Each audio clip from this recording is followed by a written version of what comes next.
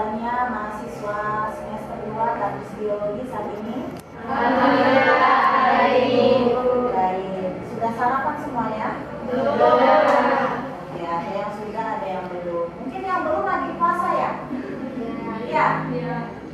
Oh iya, Masya Allah. Puasa apa? Puasa gantian atau puasa Senin? Masya Allah. Kita doakan semoga konsisten ya. Amin. Nah, oke, sebelum kita melanjutkan materi yang baru, Ibu akan absenkan terlebih dahulu. Dimulai dari Fitriani. Hadir Bu. Hadir. Cantika.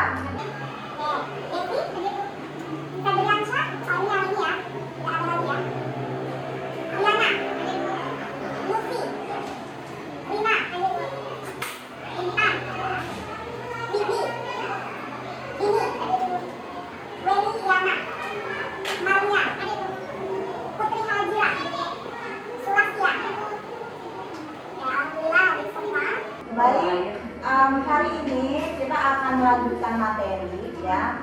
Kalau intermezzo materi yang minggu lalu kita membahas tentang processing information ya, bagaimana kita memproses informasi di dalam memori otak kita, di mana otak kita itu ada short term memory ya, dan juga long term memory.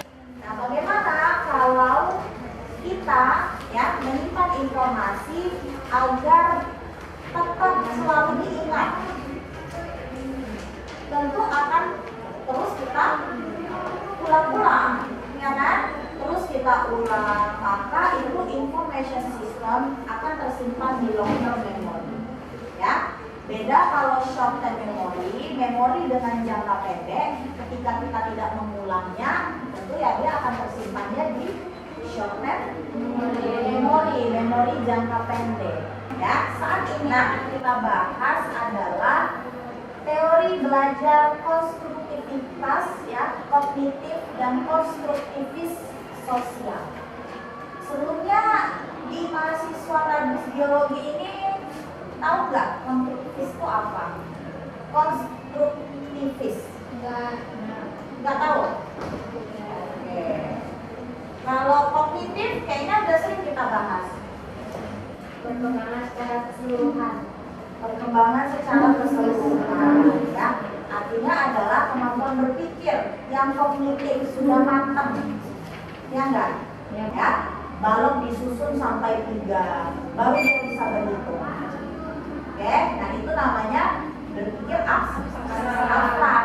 Nah, kalau kognitif itu dia sudah berpikirnya itu level ilmiah. Artinya adalah tanpa pakai balok lagi, ya, dia sudah paham tergambar secara ilmiah di otaknya bahwa hitungan itu tidak perlu dibentuk dengan benda, tapi bisa secara teoritis. Oke. Jadi capaian pembelajaran pada hari ini adalah kita ingin mengetahui dasar konstruktivisme. Itu yang pertama. Kedua, kita paham teori konstruktivis kognitif. Ya. Kemudian yang ketiga, kita paham teori konstruktivis sosial. Jadi kita bisa membedakan nih bagaimana maksudnya konstruktivis kognitif dan sosial. Lalu kita bisa bedakan kedua teori tersebut dan barulah teori konstruktivis ini bisa diterapkan dalam pembelajaran.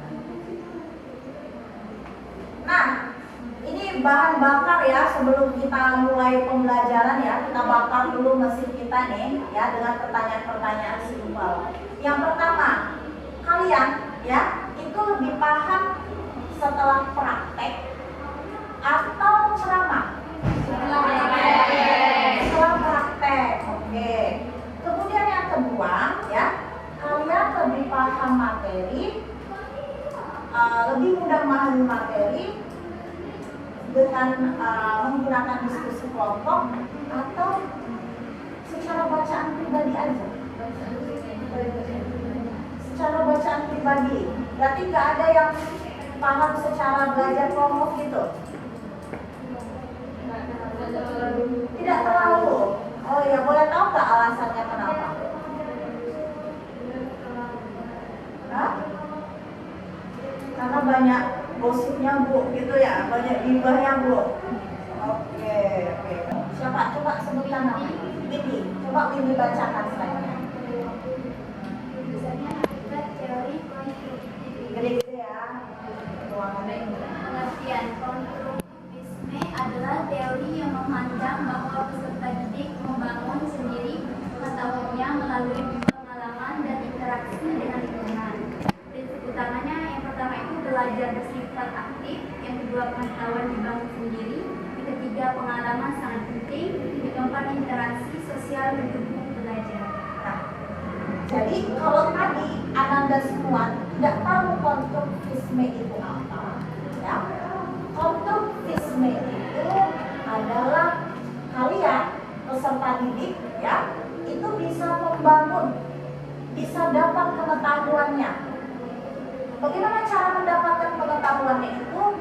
Dari pengalaman sendiri, ya, dari pengalaman pribadi, kemudian dari interaksi lingkungannya.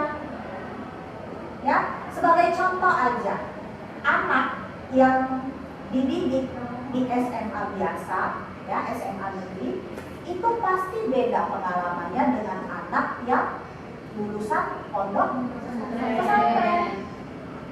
Maka ketika mereka dihadapkan oleh satu kelompok, ya, kelompok belajar, dia akan memberikan pengalaman yang berbeda. Mungkin kalau di sisi yang lulusan pondok, dia lebih paham bahasa Arab, ya. Kemudian dia lebih paham terkait ibadah praktis, ya enggak? Tapi kalau anak yang dari lulusan SMA negeri, dia mungkin tidak terlalu, ya, dan terhadap yang ilmu agama praktis tersebut. Tapi kalau pemahaman teori ilmiah, dia tidak kalah hebat, dia bisa, ya. Nah, itulah yang dimaksud konstruktivisme, ya. Konstruktivisme itu kita peserta didik membangun pengetahuannya itu berdasarkan pengalaman, ya, dan interaksi dia terhadap lingkungan. Yang konstruktivis tidak atau Lefebvre style? Seimbang. Ada yang berat sebelah nggak? Oh, kalau Intan tadi tergantung, ya. Oke. Nah, jadi kesimpulannya apa? Nah, itu konsep-konsep dari teori Z3 ini, ya. Lalu equilibrium, keseimbangan antara asimilasi dan akomodasi. Jadi diseimbangin, ya, antara asimilasi dan juga akomodasi ini, ya, disesuaikan lah. Oke, jadi mulai setelah ini kalian mulai merenung, ya. Kalau di psikolog tuh terapi, ya, kira-kira apa ya hal-hal yang menurut aku salah. Oh, kayaknya ini salah deh, coba aku cari datanya. Oh iya, ternyata emang salah, aku gunakanlah informasi yang baru. Nah, itu kalian secara nggak langsung menggunakan konsep Z3. Oke, next ya. Coba, siapa? Lupa Ibu. Sulastia, silakan. Tahap perkembangan kognitif belajar. Iya. Tahap sensori motor. Ya, Usia 0 sampai 2 tahun. Praoperasional. 2 sampai 7 tahun. Operasional komplit 7 sampai 11 tahun. Operasional formal 11 tahun ke atas. Nah, ini, ya, sering nih kita bahas nih di perkembangan kognitif tuh. Anak yang usia 0 sampai 2 tahun, dia masih sensori motor. Sensori motor tuh tahu nggak? Dia manjat, dia mencoba jalan, ya, dia mencoba memegang suatu benda, itu motorik, ya, motoriknya dilatih, ya. Kemudian masuklah dia pra sebelum operasional itu di usia 2-7 tahun. Nah, kira-kira di usia ini seperti apa ya tahap perkembangan manusia itu? Dia mulai belajar bahasa, ya, dia mulai meniru lingkungannya, apa yang dia lihat dia tiru. Oke? Operasional konkret 7-11 tahun. Nah, ini usia anak-anak. Barulah operasional formal itu sudah levelnya itu kognitif, bukan abstrak lagi berpikirnya. Ya. Nah, jadi kalian semua ini itu di level yang mana? Level yang operasional formal di atas 11 tahun. Kenapa? Karena berpikirnya sudah abstrak. Ya. Terus berpikirnya logis. Terus kalian bisa memproblem solving. Problem solving itu bisa menganalisis masalah.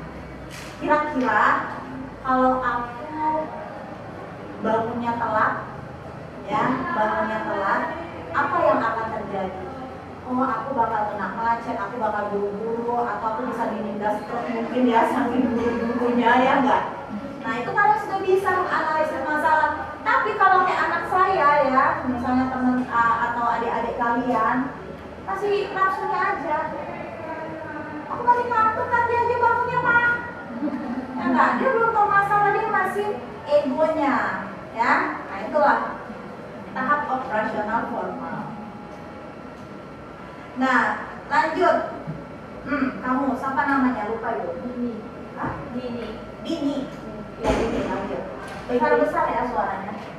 Implikasi teori figure dalam pembelajaran.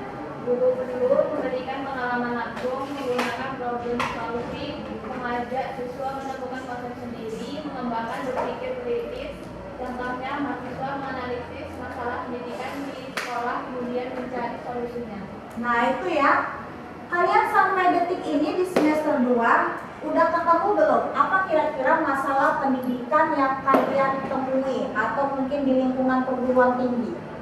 Ada nggak kira-kira masalah pendidikannya?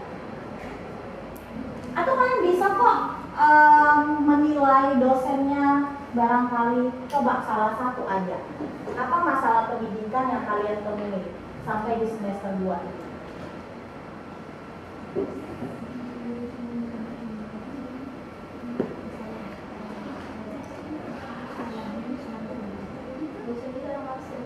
Dosen jarang masuk. Oke, ada lagi?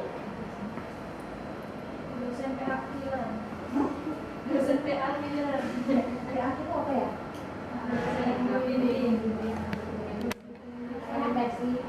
Oh, kenapa dosen PA-nya? Susah ditemui. Oke, berarti masalah pendidikannya ini lebih kepada komunikasi ya? Ya enggak? Ya kan lebih kepada komunikasi kan? Nah, jadi kalian sudah bisa menganalisis tuh, ya. Nah, maka masalah pendidikan itu perlu dikonsultasikan. Konsultasinya seperti apa? Cerita ke pihak prodi, ya. Karena kalian itu dibawahi oleh program studi, ya. Itu solusinya ya. Di situ kalian tidak hanya sekedar ceramah aja, tapi di mana kalian sebagai guru itu, ya, melihat siswa itu punya konsep belajarnya sendiri. Oke? Terus barulah mengembangkan berpikir kritis. Nah, kalian tanyakan kepada siswa kalian, kira-kira ya ada fenomena, misalnya fenomena apa ya saat ini ya di berita-berita yang lagi happening. Udah lah ya, panas juga nih ya. Ya oke lah. Jadi itu kesimpulan kita. Mudah-mudahan ilmunya bermanfaat untuk kalian semua. Dan tadi Ibu mau kasih wejangan, kayaknya udah pernah ya Ibu kasih wejangan ya. Sebelum tadi Ibu tes kalian baca ada menggunakan bahasa Inggris tuh. Mulai sekarang coba terbiasa ya menggunakan bahasa Inggris itu. Mulai sering baca, mulai sering nonton musik ya atau film-film barat. Supaya apa? Supaya nggak kaku lagi ya, mulai familiar